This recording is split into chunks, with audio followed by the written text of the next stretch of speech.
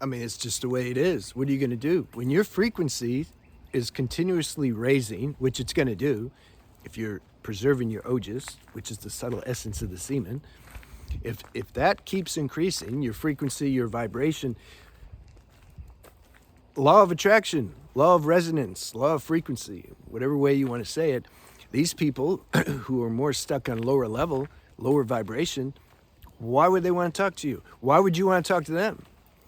I can say why some would want to talk to them, because you're not yet comfortable owning your own space yet. You're still addicted to, like, you want company, and you think you're this human little bot, and you need other bots. If somebody they left the word bot's funny to me. I made a video, and I saw some intruders, and then I said it, and then somebody left a comment and said, "Who's that bot walking around?" It's funny. So the more identity we have with this human nature, this human self, by law, by default, we're going to need to be around other little human selves. That's just how it is, because the human self is very, it's like fragile or something. It like needs other company. This is also why a lot of people get into relationships. They just need some company. But you see, I got to be careful. I'm not knocking that.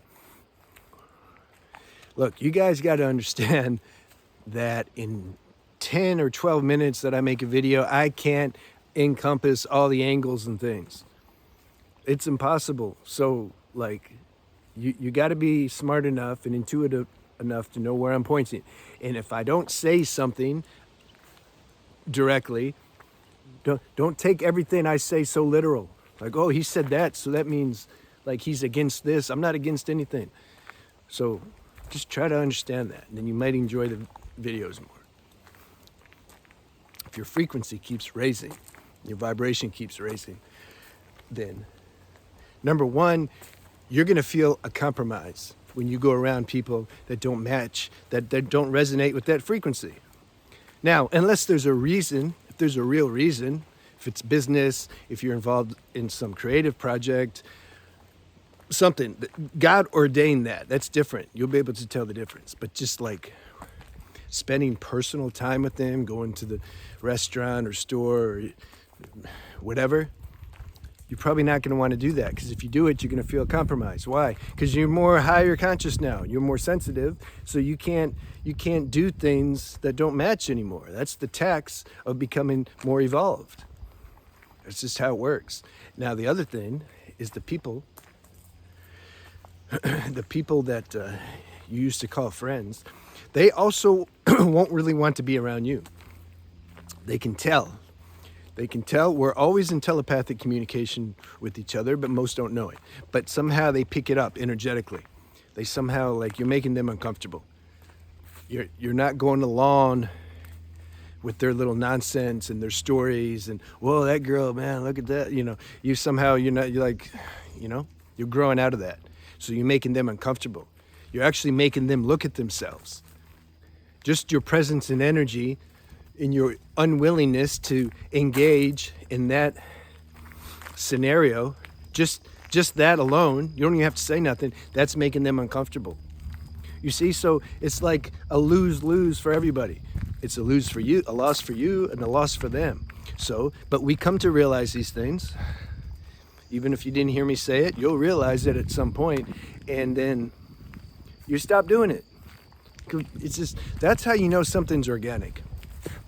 Is because you just can't do it anymore if you wanted to. It's no longer an effort and a struggle, and you're not fighting with yourself like, damn, I shouldn't do this. Like, damn, you just can't do it. You'd be fighting with yourself to try to make yourself do it. That's evolution. But you got to give time for evolution. That doesn't happen overnight. People believe too much in logic in their mind. Their mind logically rationalizes and deduces a situation and says, I shouldn't be doing this. I shouldn't do PMO. I shouldn't masturbate. I shouldn't be edging and looking for attention, attraction from girls. I shouldn't be doing that. Like, I've already done it. I've done it 1,000 times. It don't do anything.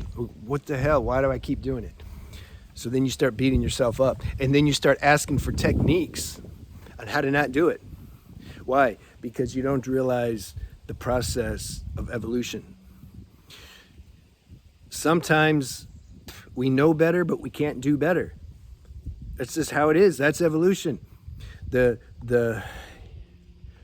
real thing that you need to do in that situation is not to be panicky and look for techniques and to beat yourself up for not doing what you know you should do and can't do. No, patience. Sometimes you got to just relapse or do things, indulge in certain habits and patterns that you know you shouldn't do. And you can even watch yourself doing it. You're like, this is stupid. Why am I doing it? I'm just doing it. That's a paradoxical, like, secret spiritual principle, it seems, because like who talks about it on that level? I don't hear anybody. They don't do it. And then this kind of talk makes the more ascetic people uncomfortable. They're still in the stage where they think that they can just discipline themselves. I'm just going to make myself not do it. I'm like, how much more time do you need to see like that doesn't work? Like, you can find out that today. Make a list of some things that you're doing that you feel like you shouldn't do.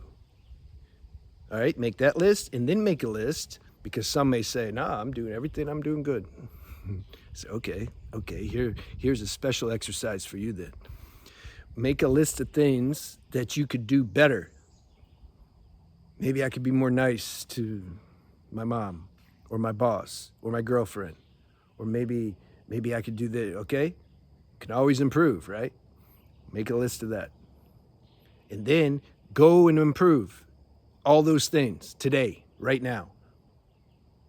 And then honestly look and see, did you like improve everything? Or was there some inner resistance that you can't do anything about that seems to prevent you from experiencing this projection you have in your mind of how you think you should be? That's a problem. It's a problem if you identify with it. It's not a problem if you hold it loosely. This level of self-realization and growing spiritually and being free of habits and trying to please our senses, that whole thing, it's like at the dog track. They're chasing that rabbit, you see? And sometimes they get close. They're getting close to it. But the rabbit always stays a little bit ahead of them. This is what spiritual evolution is. It's infinite. It's infinite how evolved we can be, how free we can be. There's no flag post freedom. Okay, now I've reached the ultimate freedom. It doesn't exist. We always keep going toward this thing. The quicker you realize that, the better. Why? Because then you'll relax more. And then you might start to understand the spiritual principle that I keep trying to share, which is you try as hard as you can, but you totally relax about it. Can you do that? This is a high-level spiritual principle, and it just organically came to me at some point because, like, what other choice is there? You can only beat yourself up so long and fail so long before you realize, you know what? Like, I'm powerless over this. I can't do anything about it. And then this whole game's a joke, by the way. This, like, I call it a cosmic joke. When you surrender to that, all of a sudden then grace, somebody asked me what grace was, some power beyond human power, it starts to assist you. Because you've given up now your control and your mind and your little mental efforts. You've realized, you saw through how you saw the limitation of that. Mind's very limited when we start talking about the cosmic universal power. Everybody's so obsessed with like mind, manifestation, and man, that's like table scraps. It's like if you go to a big 5-star, $500 dinner. I've never been to one, but I want to go. My girlfriend was going to take me, but then she got mad at me and left me. I wish we got to go before that happened, but I was going to say next one, but I don't know. I think I'd rather just not go. Or I'll just go alone or something. Anyway, it's like going to one of those big 5-star dinners, and then And you're like eating the crumbs off the ground from the other customers that were there instead of like eating what's in front of you.